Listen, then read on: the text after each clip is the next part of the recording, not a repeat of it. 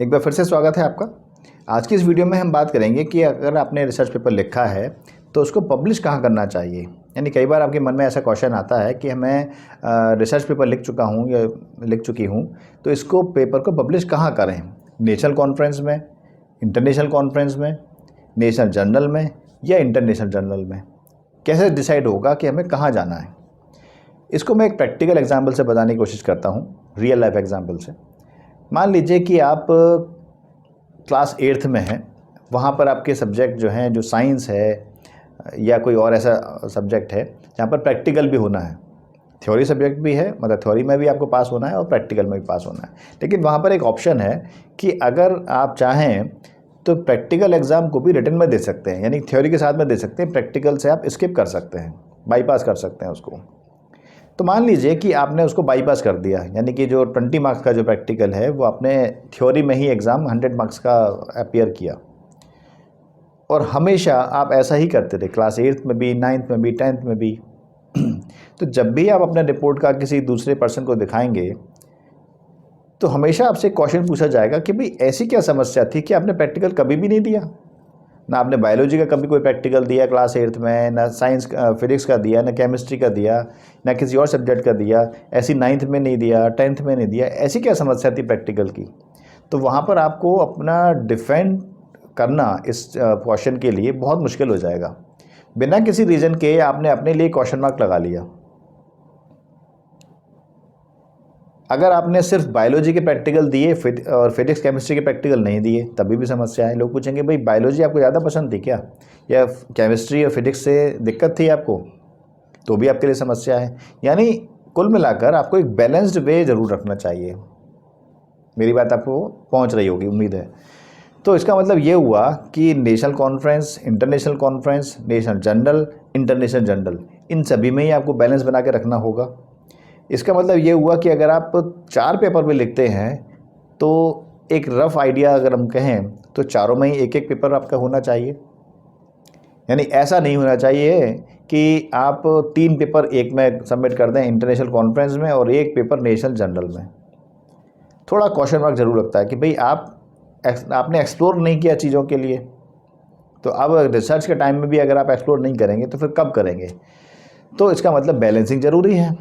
अब डिपेंड करता है कि आपके पास पेपर कितने हैं, यानी पेपर आप कितने लिखेंगे अपने रिसर्च में। तो पीएचडी में ऐसा माना जाता है कि 4 से 5 पेपर तो आप लिखेंगे ही लिखेंगे, इससे कम पे तो लगभग बात बनती ही नहीं है, अच्छी रिसर्च मानी ही नहीं जाएगी या काउंटेबल रिसर्च तो मानी ही नहीं जाएगी।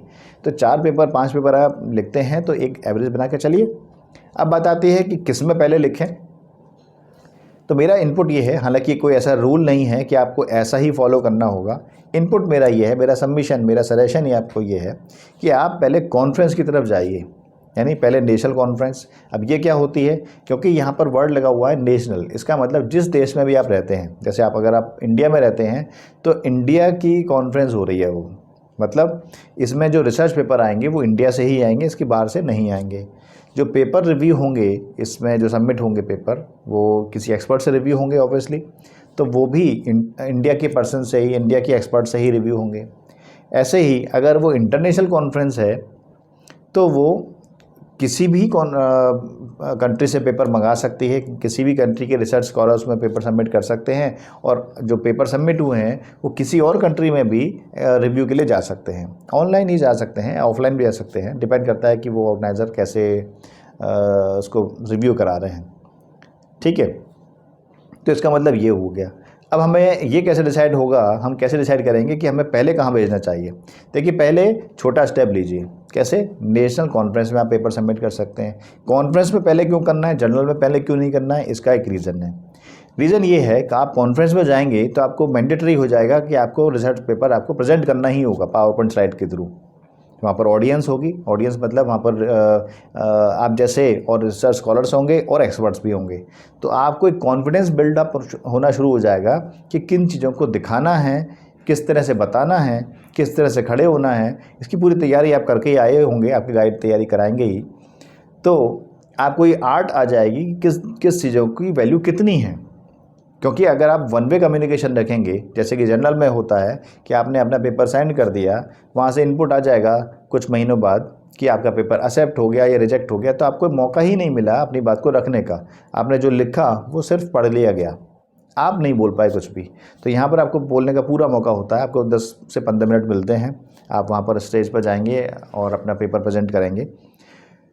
उसके बाद में आपसे कुछ क्वेरीज़ की जाएंगी रिसर्च स्कॉलर्स की तरफ से भी और एक्सपर्ट्स की तरफ से भी कि आपने पेपर में ऐसे किया है, अगर इसको हम दूसरी तरह से करते तो क्या रिजल्ट्स आ सकते थे, क्या आपका आइडिया है, क्या आपका ओपिनियन है। हो सकता है कि जो एक्सपर्ट्स बैठे हुए हैं या स्कॉलर्स बैठे हुए हैं वो आपको कुछ इनपुट दे दें कि सर या मैडम आपने ऐसा ट्राई नहीं किया, अगर आपने ऐसा ट्राई किया होता तो शायद ऐसा रिजल्ट आ सकता था। तो ये एक आपको आइडिया जनरेट हो सकता है। जनरल के केस में ऐसा नहीं होता है, क्योंकि अभी आप बिगनर हैं, आपने पहला पेपर लिखा है, आपको आइडियाज़ की बहुत ज़्यादा रिक्वायरमेंट होगी। अगर आपके पास आइडियाज़ नहीं हैं, और अगर हैं भी तो नए आइडियाज़ मिलने में कोई बुराई नहीं है। दूसरी बात, इसका एक एडवांटेज ये भी है कि आप जैसे सोसाइटी के ही और बहुत सारे कंसर्न पर्सन्स आपसे मिलते हैं। पहली बार में ही अगर आप इंटरनेशनल लोगों से मिलते हैं तो थोड़ा सा हो सकता है कि कुछ लोगों को फोबिया होने लगे या थोड़ा सा नर्वस फील करें। इंटरनेशनल लेवल पर अगर आप करेंगे तो आपकी कंट्री के आप जैसे दिखने वाले, आप जैसे बोलने वाले लोग आपको मिलेंगे, आप उनसे आराम से फ्रीक्वेंटली बात कर सकते हैं। तो ये एक एडवांटेज होता है नेशनल कॉन्फ्रेंस में पेपर प्रेजेंट करने का। अगला स्टेप आप ले सकते हैं इंटरनेशनल कॉन्फ्रेंस में। थोड़ा सा एक्सपेंसिव ज़रूर हो जाएगा कि भाई आपको हो सकता है दूसरे स्टेट में जाके प्रेजेंट करना पड़े। हालांकि कॉन्फ्रेंस नेशनल किसी भी स्टेट में हो सकती है, लेकिन इंटरनेशनल कॉन्फ्रेंस जो है ज़्यादातर देखा गया है कि बड़े शहर में या बड़े लोकेशन पर ऑर्गेनाइज़ की जा सकती है, जिससे कि इंटरनेशनल लोग भी मतलब बाहर से और लोग भी आ सकें उसको ईजीली। मतलब ऐसा नहीं है कि एक छोटे से गांव में, छोटे से कॉलेज में कर दिया तो जो बाहर से आने वाले हैं उनको आने में ही दिक्कत हो रही है, ऐसा नहीं करते हैं यूजुअली। ठीक है, जैसे कि दिल्ली, मुंबई, चेन्नई, हैदराबाद, लखनऊ, कानपुर, ऐसी जगहों पर ऑर्गेनाइज़ की जाती है जो कि प्राइम लोकेशन पर हों, जहाँ पर एक्सेसिबिलिटी एयरप्लेन या ऐसी चीज़ें जो ईज़िली पहुँची जा सकें।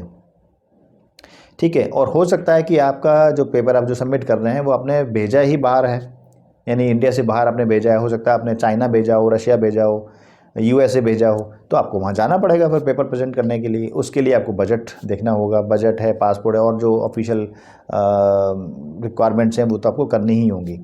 ठीक है, तो वहाँ जाकर आपको एक्सपोजर मिलेगा, नो डाउट। ठीक है, थर्ड ऑप्शन पर आते हैं नेशनल जर्नल में।